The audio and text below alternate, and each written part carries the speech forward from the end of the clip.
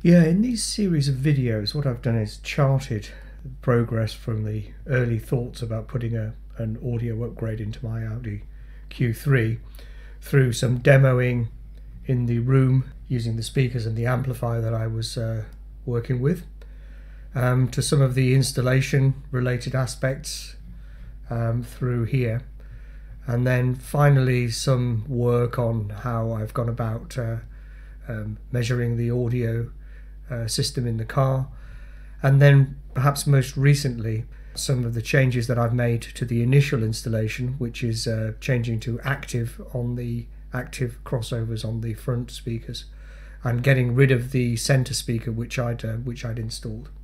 And then I did a little bit of additional tuning, and I talked about another approach to subwoofer integration.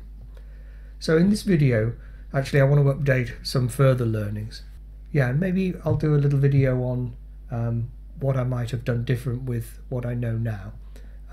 However, there are a couple of interesting things that I wanted to share that I've discovered. So actually on the screen at the moment, what I've got here is, this is all of the speakers playing more or less from day one, I think, with the distances set. So this is with measured distances. This one here also is with measured distances, but with equalization, and also going active on the crossover at the front. So what you can see there is that there's, in this region here, there's a lift of energy, and that's the increased control over having the tweeter separated now from the woofer through the amplifier. Also you can see that in this middle region here, well, just in generally, I've managed to level out some of the peaks and the excursions. Of course, each one of the speakers itself has received its individual equalization, and what you're seeing here is the resultant equalization at the listening position of all of those things. So it's not like you can apply one equalization to that whole curve, because it just doesn't work like that. There's a couple of things. So in the current setup here, which is this one, where you see that it's a bigger dip here, I have a baffle in the subwoofer, whereas on day one there was the baffle, the port was open. Smoothing here, I'll switch the smoothing off, and I will zoom in. You can see without the baffle you get a much sharper dip here. That suck out is to do with the dimensions of the car. There's basically very little you can do about it. Now you would think, looking at that with the port open, that's actually improved, but that's I think that's spurious really. It's, although it measures like that, the sound is very wobbly, and I think what you're seeing is some sort of audio smearing effect that's occurring because of the baffle.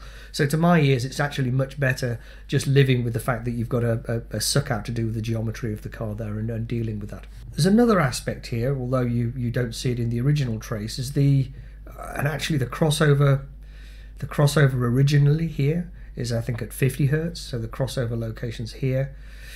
So what you're seeing there is the runoff from the door speakers here is now not as attenuated as they are now, which is where currently I have the crossover at 80 Hertz, so the crossover is sitting here. So there are also some significant differences between the way that those settings are set up in those two different curves. And I wanted to now talk to how to resolve this problem here.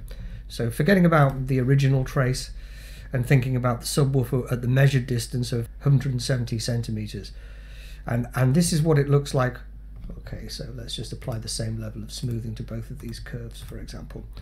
And this is what it looks like if the sub is set to 450 centimeters. Now that's actually a slightly different number to what I ran previously, but you can certainly see that that is a much better transition. How did I get to that? Well, on the previous video, video 9, I alluded to using this World War I method of locating ships in a distance by looking at the phase of the signal that's coming off the ships, and actually arranging the antenna so that it was receiving out of phase. And then they would do that in a couple of locations and triangulate onto the vessel. So they were doing that, and I did that using my ear, and I got a different number, maybe 335 or something, I think. I can't remember exactly what it was now. And that was, again, different from what I'd measured using the impulse response and the time alignment. So really going around trying to figure out how to get this subwoofer integrated properly. In fact, what I did was I went back to that method where I looked at, so I took any delay out of the subwoofer and I just used the distance of the subwoofer as my parameter to vary. So I assumed, well, this is the measured distance here, 170 centimeters, and then I assumed, well, okay, so 180, 200, 220, and what I did was I measured the sound pressure level. I used Z weighting, which is actually a flat response, and I set the sine wave, had a sine wave at 80 hertz, and I just measured the sound pressure level, let that converge, and then wrote down the number, and I did that across a whole series of distances. So effectively probing the delay and the latency within the subwoofer against the listening position and against only the front right woofer with the correct distance set in the software. So what do you end up with? And I did that with the subwoofer set with positive phase, and I did it with the subwoofer set with negative phase. So in this case I'm looking for a maximum with a positive phase, and in this case I'm looking for a minimum. And this is what I measured. When the sub's out of phase, I'm at an energy minimum at about 450 centimeters, or an energy maximum if it's in phase. And it's the energy maximum that we want when the curves are closely coupled at 80 hertz. And actually that corresponds to a delay of 13.12 milliseconds based upon 450 centimeters. And that's because it takes a millisecond for sound to travel 34.3 centimeters. So it will take 13.12 milliseconds to travel 450 centimeters. And funnily enough, when I was doing the impulse response measurements on the subwoofer, I was getting a lot of movement in the numbers out of the REW software, and I was never really all that comfortable with it. It gave me an average delay of 16.1 milliseconds, which is about 600 and odd, 6 meters, which is a long distance, frankly. But the 13 milliseconds actually is closer to the lower numbers, a couple of lower numbers that were measured here. There's 14 there, 13.3, 13.6 there. So yeah, I mean, and ultimately I think that the figures from REW are not really that reliable when it comes to setting the distances based upon the impulse responses. So I'm using this method now, and that's what I've done here. I've put in the 450, and you can see in that region there it's a much smoother transition between the subwoofer energy and the crossover position here, and then the main speakers. So that, and it actually, it's audibly smoother and better and more full sounding in terms of the lower energy. There is another aspect that I wanted to talk to as well, the use of an all-pass filter.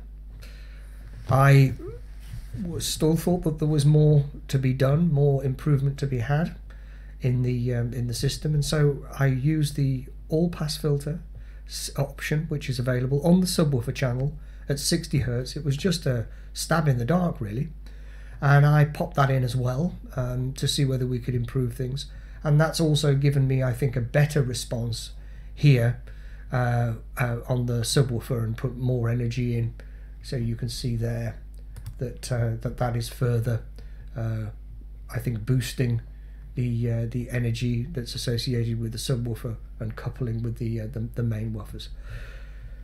So overall, yeah, I think the learning is using this kind of method of looking at the sound pressure level, using a sine wave at the crossover frequency, and varying the distance of the subwoofer, I think helps in order to really establish what the latency is in the sub. And like I said before, I mean, I think that the latency in the main speakers should be, well, the same across all of them, but the sub's a little bit different in that it's a lot more massive, and therefore maybe takes a little more time to actually move. So the fact that there's a sort of a significant deviation in the distance measurement of the sub associated with the latency kind of adds up to me. And what I've done is I've gone back to the measured distances on the speakers using a tape measure rather than the time alignment method that I used in an earlier video in REW. I'm not confident with the reliability of that method and the software, or my interpretation of it anyway. So yeah, measured distances, and then using this phase method with a sine wave at the crossover frequency, measuring the sound pressure levels Z weighted, I think is a good way to actually establish what the correct distance / latency in the subwoofer is.